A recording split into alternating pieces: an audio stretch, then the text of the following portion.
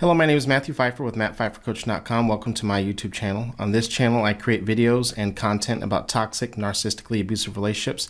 If you have a question that you'd like for me to answer, make sure you send it to justaskmatt@mattpfeiffercoach.com. Again, that is justaskmatt@mattpfeiffercoach.com. Just make sure you keep that email 2 to 3 paragraphs max, and you're also very direct and to the point of what your question actually is.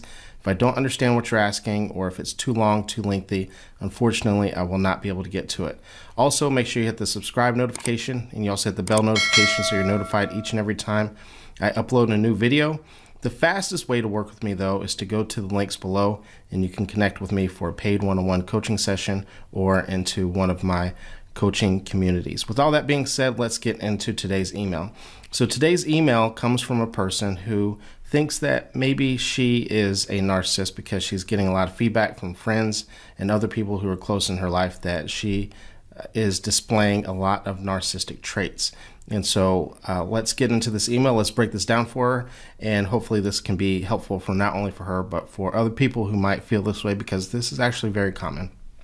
So this email reads, "Hi Matt, my friends have been calling me narcissistic and manipulative, and I'm worried that I am and that I'm losing all of my friends. However, I cannot afford to go to therapy or get properly assessed for NPD. So I'm not sure what to do because I don't want to be a horrible person, and I see some resemblances between me and narcissistic behavior. So I was wondering if you had any advice on what to do. Thanks." So a couple of things that I want to point out here is that you care about what other people think, and you also care enough to write in. And does that mean that you don't have some behavior to correct? I'm not saying that at all. I'm going to get into that here in a second. But the fact that you care and you have enough concern that you could potentially be, as your words say, a horrible person, is likely not narcissistic personality disorder, likely not NPD. Am I saying that you don't have some toxic behavior? It's probable that you have some toxic behavior based on some of the things that people are saying. And also, guess what? Most people do. When they have not been in therapy, they haven't gone through a self-love journey, if they're not self-aware of some of their own behaviors and things of that nature. It's very common. But let's talk about the reasons why the display might come across as narcissistic. What is causing that? Unhealed trauma, probable and possible from childhood, deep-rooted insecurities, also again, possible and probable from childhood. And so we have to understand that unhealed trauma and deep-rooted insecurities can hide itself as narcissism. It looks like narcissism on the surface, but it's not. And some people even call this what people call narcissistic defenses, especially if you grew up in a home with a narcissistic parent. If you had a mother and or a father in the home that was narcissistic and or abusive, what else were you supposed to learn? If you grew up in a toxic environment and you grew up learning toxic communication skills, either aggressive or passive-aggressive communication skills, and let's say that you're non-narcissistic, but what other communication skills do you have, right? And so now some people call it narcissistic fleas. I prefer narcissistic defenses, where you now have some traits because you have these learned behaviors. And so the way to solve this, and this is, I'm really glad that you wrote this email, because this is true of a lot of people who can't afford therapy and things of that nature. So what do? We read books, right? Now, I want to say this before I continue. Everything that I mentioned is not a substitute for therapy. At some point in time, the goal should be to get into therapy, even if you're only going one time a month and you're doing as much as you can that you can afford. So I want to preface this with that. But in the meantime, I would encourage you to educate yourself on proper communication, on setting boundaries, on some of the behaviors that you're displaying, watching videos and staying in communities like what you're doing right now. There's a lot of support groups. I have several.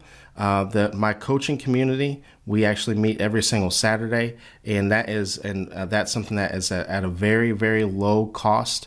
It's actually targeted for people in this type of situation, for people who can't afford therapy, right, but also needs help. And in a situation like that, and I'm using mine as an example, but there's plenty out there if you feel like mine's not the proper fit for you. But you can connect with other people who are experiencing similar things so you can get the validation that you need. And then you have someone that is teaching about this type of behavior, and it's structured, right, for you to begin to learn not only the behavior that you need to correct, but also the proper behavior that needs to be displayed, right? So right now you're displaying a lot of insecure, unhealed trauma behavior, but it's important for you to know what the goal behavior should be, right? And then begin to unwind why there's a deficit there. Is it because of deep-rooted insecurity? Is there fear there? And then you and I would talk about leaning into that fear and why that fear is there and educating yourself, right? And so these are some things that I would encourage for you to do. Reading books. And again, books, one of the ways, something I tell people that I work with all the time, and in my lives and in my webinars, I say this all the time. When I say read a book, I don't literally mean sit down and read a book. That's great for a lot of people. Some people, if you're like me, if you have ADHD or if you have unhealed trauma and you struggle with even just sitting there, I would encourage for you to get Audible. If you go to the links in my bio, right, I have not only do I have a recommended bookstore to help you with a lot of these things, but there's also I also have an app or a link, for Audible, and there's a free 30-day trial, right? So these are ways that you can cut the cost and cut the expenses and also get a lot of the help that you need. Now, with all that being said, I would encourage for you to eventually link up with a therapist when you either save the money to be able to do it, or even if you're doing it once a month or once a quarter, that's still better than nothing. Not going to a therapist, to me, in my opinion, is like not going to the doctor, not going to the dentist. It's not something that should be skipped.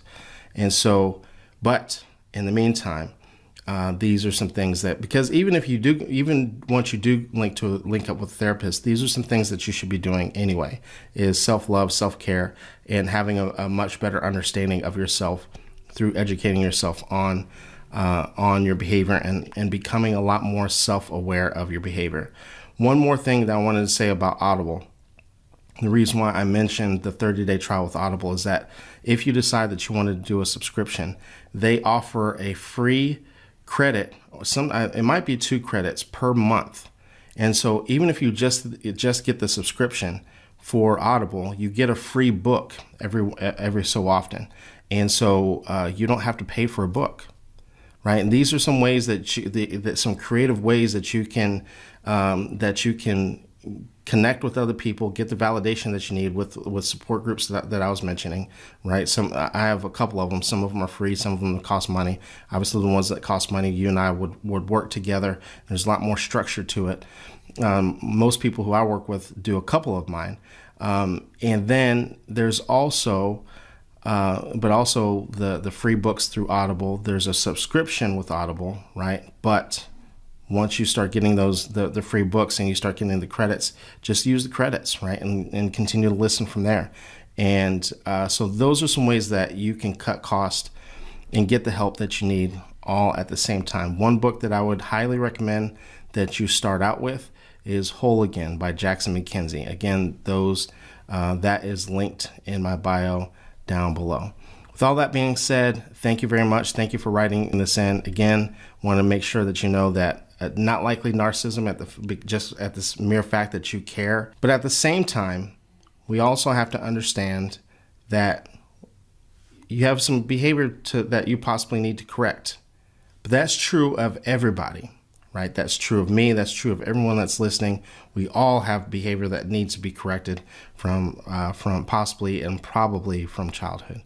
That being said, thank you very much for writing in. Anyone else who would like to write in, make sure you send it to justaskmatt@mattpfeiffercoaching.com. Again, that is justaskmatt@mattpfeiffercoaching.com.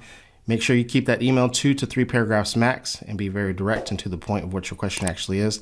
The fastest way to work with me is to connect with me for a paid one-on-one coaching session. The links for that are down below. You can also connect with me in one of my coaching communities. The links for that are also down below. With all that being said, thank you guys very much, and I will see you in the next video.